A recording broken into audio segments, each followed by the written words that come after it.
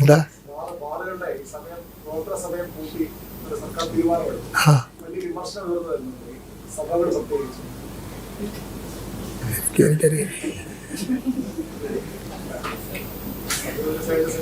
ബാറും കുട്ടികളും നമ്മൾ യോജിക്കില്ല. വേറെ വല്ലവരും ആരുടെയെങ്കിലും ആണെങ്കിൽ നോക്ക് തൊഴിലാളികളുണ്ട്. അതെ അതെ. രമേശ് ചെന്നിത്തല ഇന്ന് പറഞ്ഞ് നിങ്ങളറിഞ്ഞ അതല്ല, അദ്ദേഹം പറഞ്ഞ് ഈ മുഖ്യമന്ത്രിയുടെ മുഖം കണ്ട് വലിയ പ്രശ്നമായിരിക്കുകയാണ്.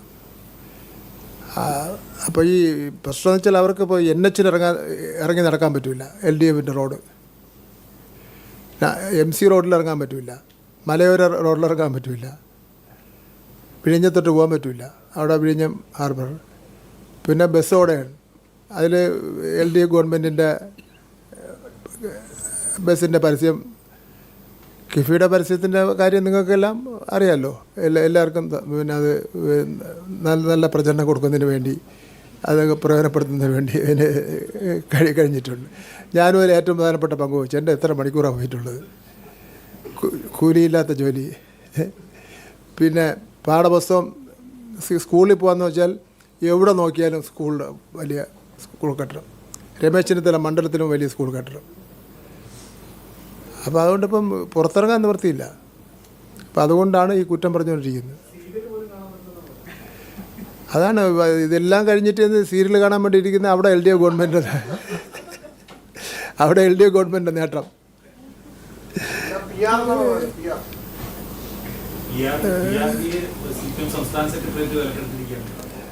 അല്ല, അത് നിങ്ങൾക്ക് തോന്നുന്നുണ്ടോ? PRD ഏതെങ്കിലും പത്രത്തെ ഒഴിവാക്കിക്കൊണ്ടുവരുന്ന ഒരു നടപടി സ്വീകരിക്കുന്നുണ്ടോ? എല്ലാവരുമായിട്ട് സൗഹാർദ്ദമായിട്ടാണ് പോകുന്നത്. പിന്നെ ഏത് ഗവൺമെൻറ്റാണ് PRD എല്ലാം പ്രയോജനപ്പെടുത്തിക്കൊണ്ട് ചെയ്ത കാര്യങ്ങൾ പറയാത്തത്? ഏറ്റവും കൂടുതൽ കോൺഗ്രസ് ഗവൺമെൻറ്റല്ലേ കേന്ദ്രം ഭരിച്ചത്. എന്തുമാത്രം പരസ്യമായിരുന്നു.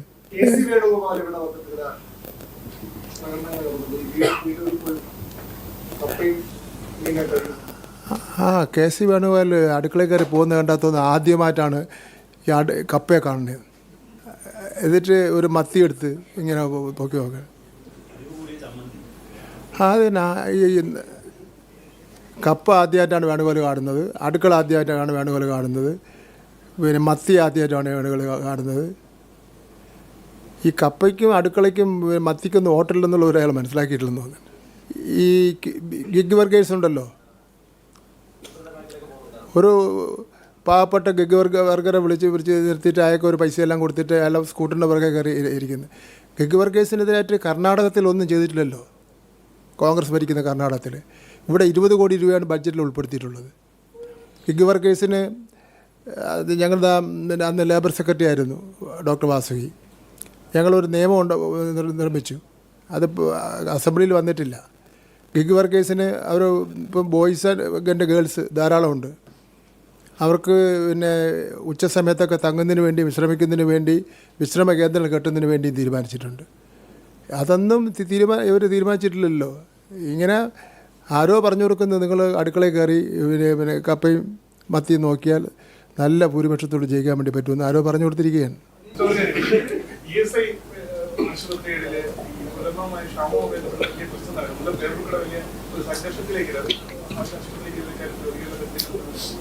ശരിയാണ്, അവിടെ പിന്നെ ആശുപത്രിയിൽ ചില പ്രശ്നങ്ങൾ നിലനിൽക്കുന്നുണ്ട്.